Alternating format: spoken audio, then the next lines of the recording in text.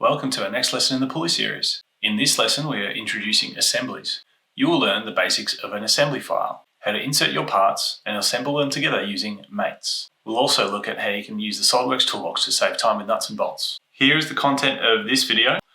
There are timestamps below, and down in the description is a link to the PDF files referenced in the video. Please don't forget to like and subscribe for more. Thanks. First thing, I want to show you a trick. Very helpful for assemblies if you've got all your parts in the one place. I'm just going to browse to the folder that I've got all these parts saved in. This folder here, 7 parts. I'm going to go Control A, just turn on my checkout. So Control A and open. So this is from within SolidWorks. It's going to open all those files. So I've got quick and easy access to them, but also when I start my assembly, it's going to be very easy to drag and drop them into that assembly to begin with. All right.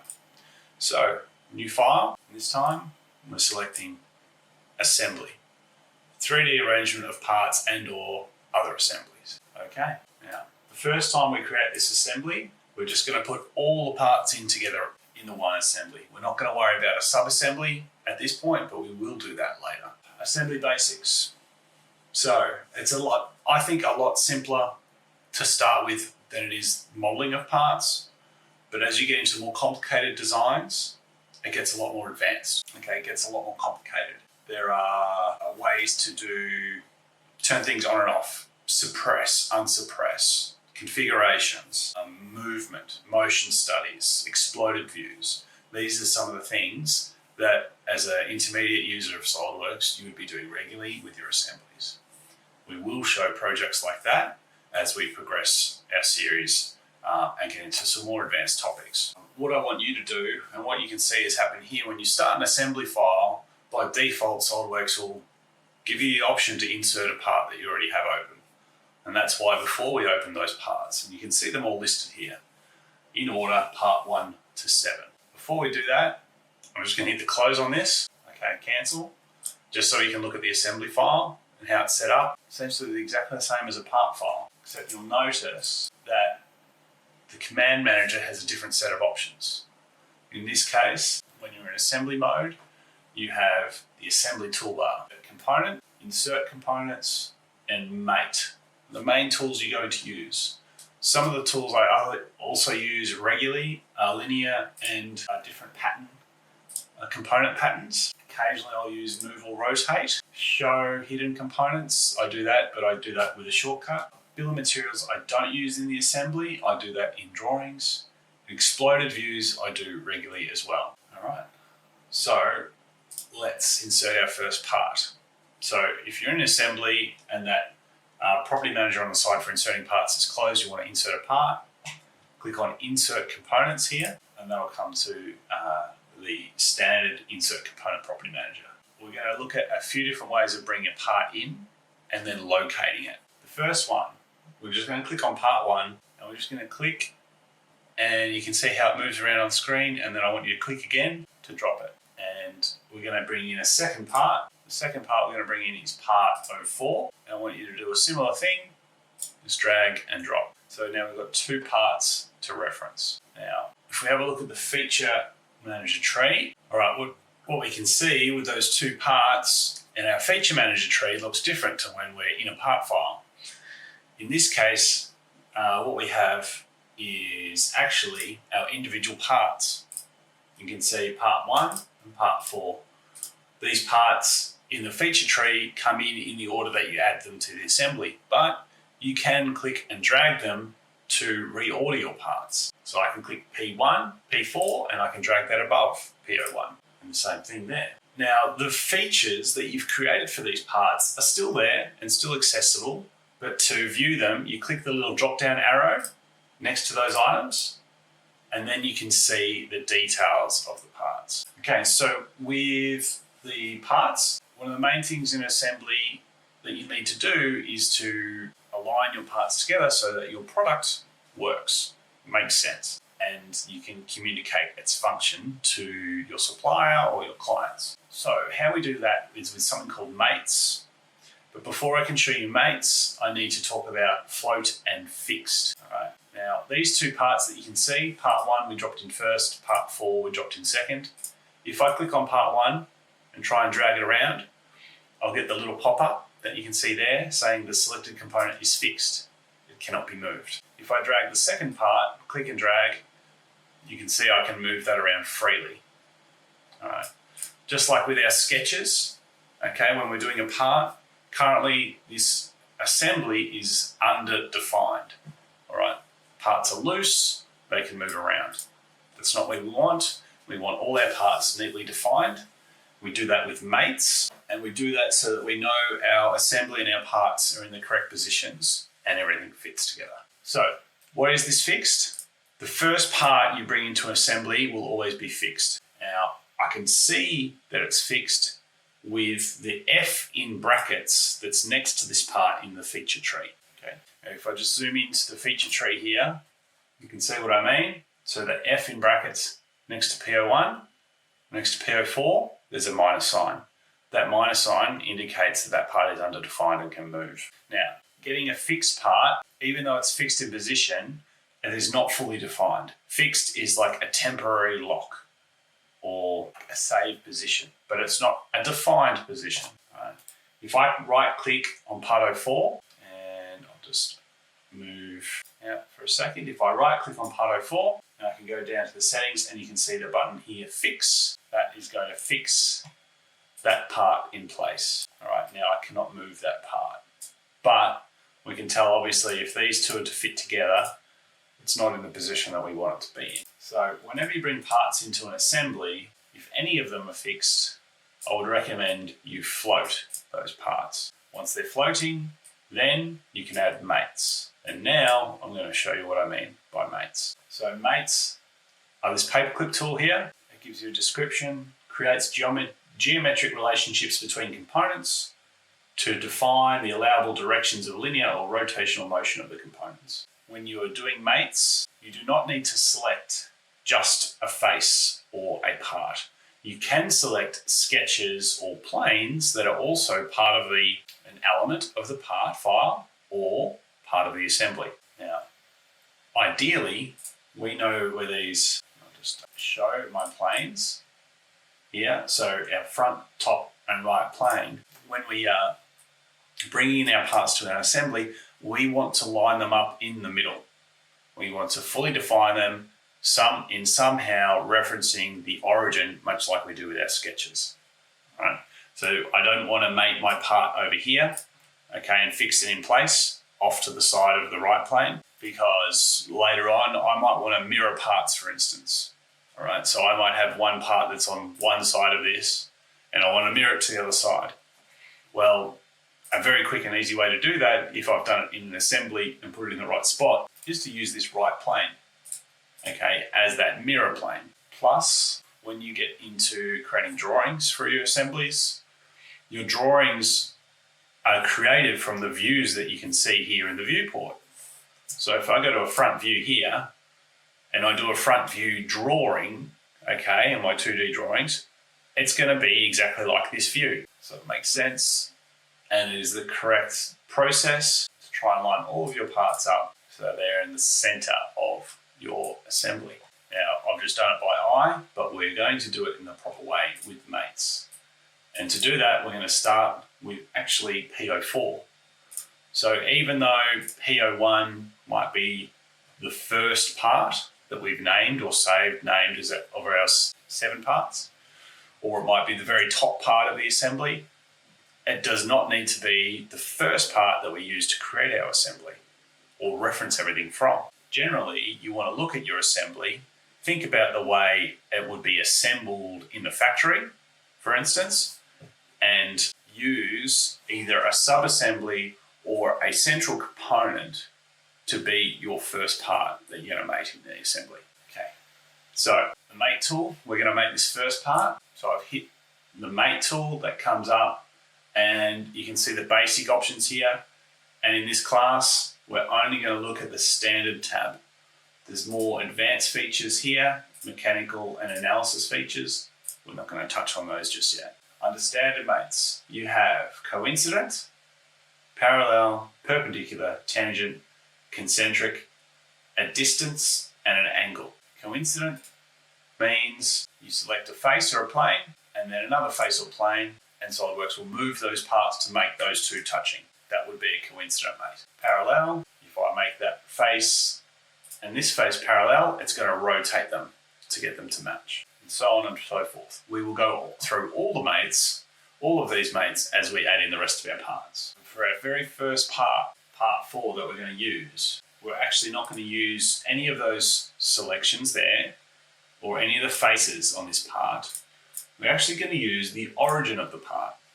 So remember when we modeled this part and we put our sketch right in the middle, and we made it so that our front plane was going through the middle and our top plane was here and our right plane was going through the middle. That means the origin is right here at the center of that circle, if you have followed the steps we did in the previous lesson. So when we make this part, I'm not going to worry about planes or edges or faces. I'm just going to click on the origin of the part, hold the control key, click on the origin of the assembly, and then click mate. And a default option here is to make those 2 points coincident, but we also get the option to align the axes, and that's going to align the right plane, the front plane, and the top plane. Press OK, and now that part in the feature tree, you can see here that minus sign for part 04 is gone. That part is fully defined. This is what we want all our parts to look like in our feature tree. I'm going to hide the rest of these planes, and next we're going to make these 2 parts. So I'm going to hit the mate tool, and there's 3 mates that we're going to add to fully define this part. This time we can't just do the origin, I think. Yeah, we can't do the origin because you see it's going to create interference between the parts if we do that. Right. So instead what I'm going to do is use some of the obvious faces that we can see between these parts and make selections. So I've got the mate tool open. I'm going to select this cylinder, and then I'm going to select this top hole, and you can see in the shortcut bar the item selected is concentric mate. Concentric is 2 circles lining up the center point of those circles, and I'm going to press the tick. Now you can see that mate here in our mate properties manager is set down here. So we can go back to it if we want to by double clicking it, and we can change it, or if we want to we could delete it. Okay, I've just pressed the tick and it's moved back down here. With mates, typically you'll want to add multiple mates at the same time. So one after the other, It's a quicker way of working. We're going to add mates to this part. We're going to bring the rest of the parts in and then add more mates to those. All right, so what else do we need to do now? In a similar way with your sketches, when they are blue and you want to make them fully defined in black, click a part, select a part, drag it around, see where it moves. So we're going to click this one, and I can drag it, or I can see it's going to spin and it's going up and down. All right, so if it's going up and down, I'm going to select this face on the top. Just try and get that. Select this face here, this face underneath, and it's going to make them coincident, which is good. Press the tick. That mate is added, and now that's looking pretty good. We press the tick, and we can see these 2 parts have been mated together, but this one rotates. Now this is a bit trickier because there's no there's no face on this pivot pin part 01, that I can get to line up with these other ones. Maybe I could use the cylinder here. No, can't use that. But as I've said before, we can use sketches and planes from within the parts to mate to other parts. So what we want to do here for this one is we want to have it lined up so it's nice and straight, perfectly straight. We don't want it to be on the side like this. So in my feature tree, all right, part 01 to the side here, I'm going to select the right plane, which is going through the middle of that pivot pin. I'm going to hold Control on the keyboard and select the right plane of the assembly, and then press the mate tool, and it's going to align those 2. It's going to make them coincident. I press the tick, and now the part is fully defined, but it's fully defined at not being fixed, but by being correctly mated. And that's great. Let's just save this. General Assembly 01, GA01 is what I'm saving it as. All right. Now where your mates get saved in your file is here under what we'd term a mates folder. So in the feature tree, if I press the little drop down arrow here, I can then see all the other mates. Got the first one with the origin. So here it will tell you the type of mate, coincident, and then the two parts that it's between. This one is between part 04 and the origin of the assembly. This mate is between part 04 and part 01, part 04, part 01, part 01, and the right plane of the assembly. By default, SolidWorks will add the name of the mate, being the type of mate and then which number it is in sequential order. You can rename mates. So if you had a mate that was very important for some reason that you wanted to reference, sometimes suppress, turn on and off, you could have it here. And in an advanced class, I will definitely take you through where that can be a valuable tool. This is also the place where you can, again, edit feature. So you can edit the mates, or you can delete them by selecting one and going delete, or pressing delete on your keyboard. All right, so let's add the rest of our parts. I'm going to go insert component. I'm going to click on each part. I'm just going to drop it roughly in space. Now, I don't want this little sidebar to close itself every time I drop a part in. So what I'm going to do is hit this little pin here to keep it visible. All right, and then I can drop a part in without it closing itself. Now, when I'm dropping these parts, you notice I'm dropping them off to the side. When the parts are all overlapping each other, it can be very difficult to select them,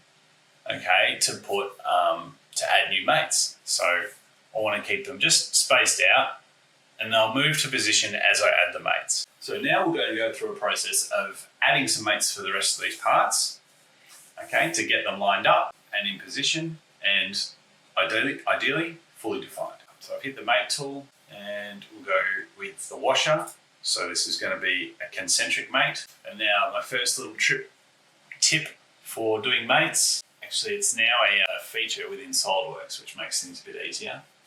If I check this box here under the property manager to say make first selection transparent, what that means is when I select this face on the other side, I can actually change my view and then click this face to bring it down. Okay, saves me a lot of time. Concentric. All right, we will position that one properly to the side in a minute. Now with these two parts, they're going to fit together and the reinforcing plate will be on the outside. So I'm going to do a concentric mate for these two, and then a coincident mate for those. Concentric, and coincident, and then the wheel, concentric with the center hole. And I'm going to make the wheel to this inside face, and I'm going to line up these two plates on the side. We can press the tick, and then we can have a look, and we can see what parts still need additional mates. So let's drag some things around. All right, so we need one to stop this rotating. So I'm going to select PO5. I will do the front plane and the front plane of the assembly and mate those. And that one mate has made both PO3 and PO5 fully defined. Great. And my bush at the top here, remember how we modeled it? We did mid-plane. So I'm going to select the right plane and the right plane of the assembly and mate those. And then what else do we have? We have the washer can rotate, this part can rotate, and this part can rotate. And we can see that when we click and drag and move our cursor around. Now, one of the cool features of assemblies is the ability to hide, show parts, and also make them transparent. I want to do a little bit of editing with the mates on this bush and the washer. So what I'm going to do is actually make the form bracket here transparent. So I'm going to click on the form bracket. I'm going to go to my little shortcut bar and I can see this button here, change transparency. I select that, the part becomes transparent and I can see the other parts through that part. And I want to do that because here I can see the washer. You can see it kind of the visual on the top surface just changing as I'm dragging it around. Okay, it is rotating. If we show the front plane of that part, it's quite big.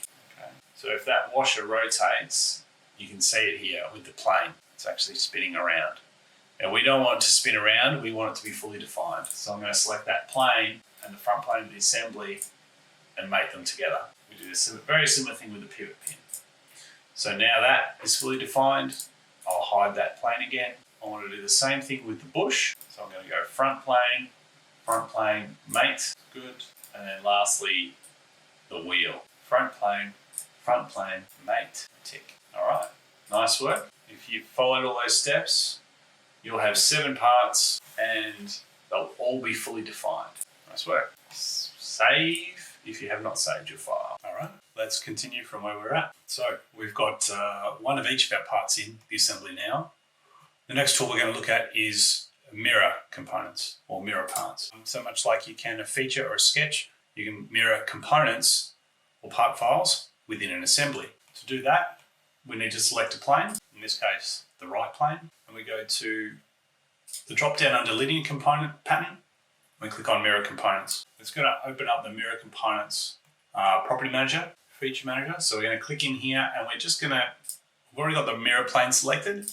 We're now just going to click the parts that we're going to mirror. And in this project here, we've just got 2 parts. Now, you can get very advanced with the mirroring of components, components that aren't symmetrical themselves. You can mirror them so that you have, let's say, an exact copy on the other side, or a mirrored copy, or a copy that has elements rotated 180 degrees. And those settings are along here. As you can see, we have X mirrored, Y mirrored, X mirrored and flipped, Y mirrored, etc. So there's quite a few options there. These parts are very basic.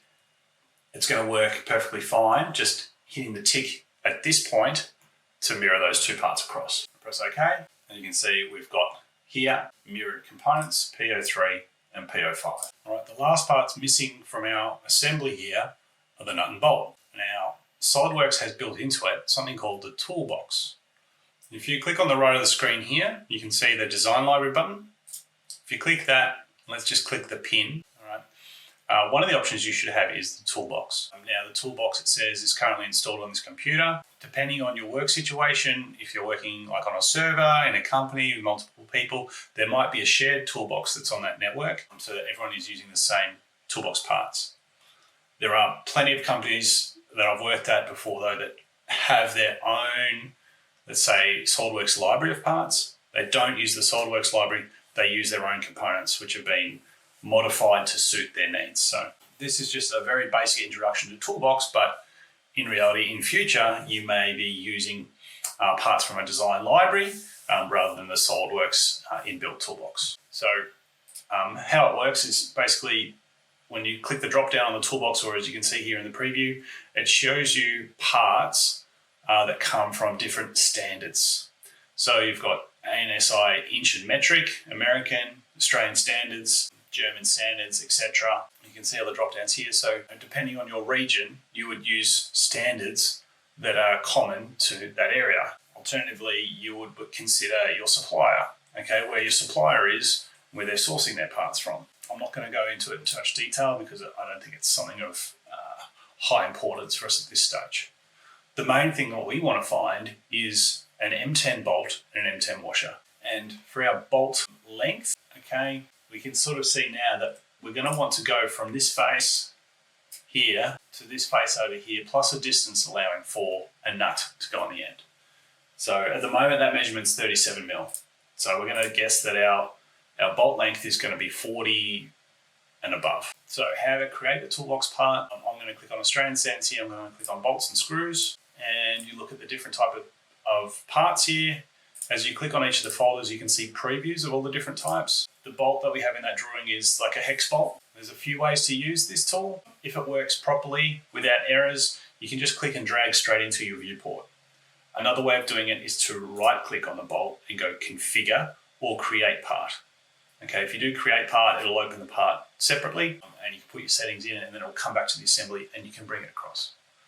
We're just going to go here and just try and drag it out, and you can see the default size that's been selected. The cool thing about Toolbox is as you move your part against a hole or a surface, it's going to resize if within that file there is a size that suits. Now here I got a warning that said there's no matching size, so be it.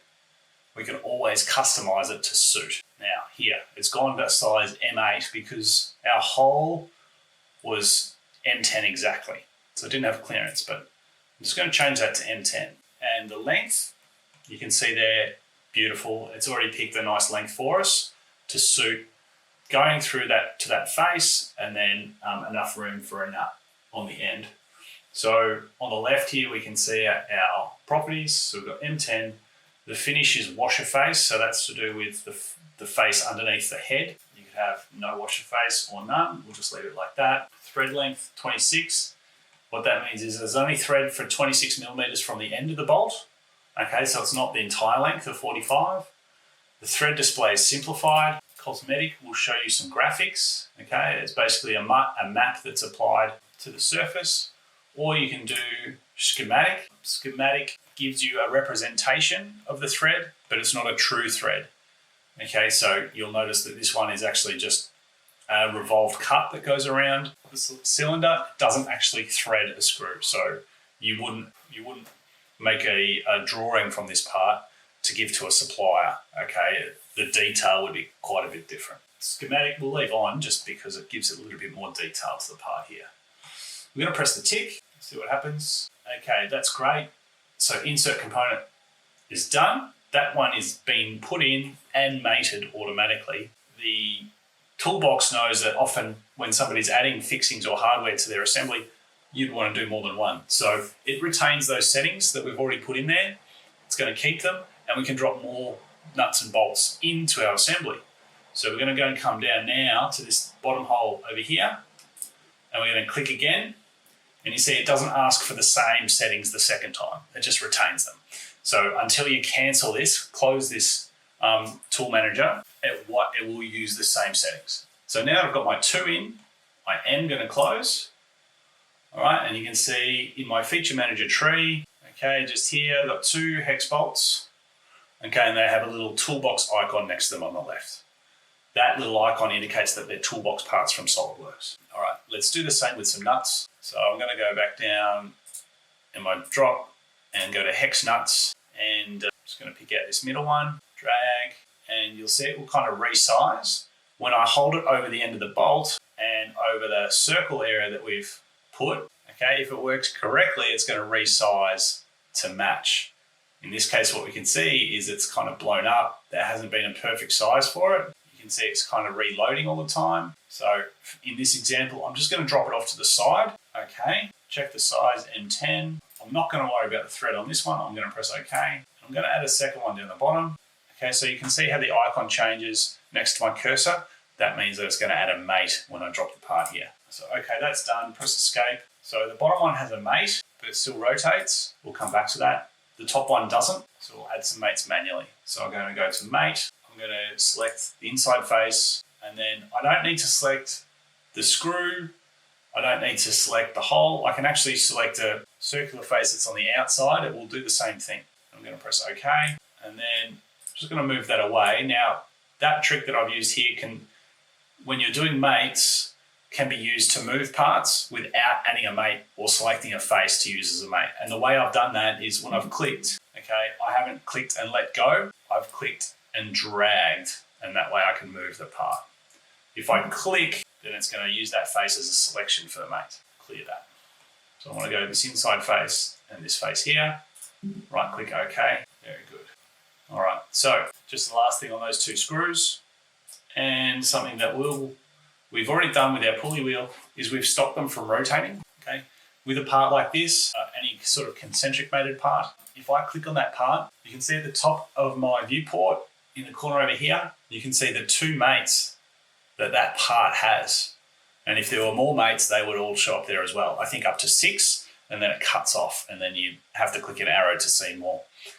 This concentric mate, if I wanted to stop that part from spinning, I can right click on that concentric mate, and I can change it to lock rotation, which is the same as going to edit mate, and in the preview here under concentric, press lock rotation. And what that does is it doesn't add a mate to line it up perfectly. It'll just prevent it from spinning around. Now, that can be okay at times, but in this case, you can see how it's not perfectly horizontal or vertical. So for our drawings, we want a nice split that's going to be consistent when we do a section view of this part. So I don't want to lock rotation. I want to mate it, and I'm going to pick, let's say, plane 2 and make that parallel or coincident with the front plane. So I've done that one at the bottom. I'll do the same with the second screw and a second bolt. All right, they're both nice horizontal. I want to do the same thing with my screws. So you can see how these are rotated. Just rotate it around a little bit. Go plane 2. Let's say, which one do we want? We want to have a horizontal line on the top. Now this might be a bit trickier because these planes, it's plane 2 there we want to use. That will align that top face, and we'll do the same at the bottom. Plane 2, front plane, mates, and done. Okay, beautiful. Now our tree, our feature tree and assembly is looking great as far as setup goes. I'm done with the toolbox. I can just unpin that and close, save my assembly. So we're going to pause the assembly here and wrap up this lesson. In the next video, we're going to update all of our parts with revised dimensions and details. We'll fix up any errors and make sure we have a fully defined model ready to communicate with our supplier. See you there.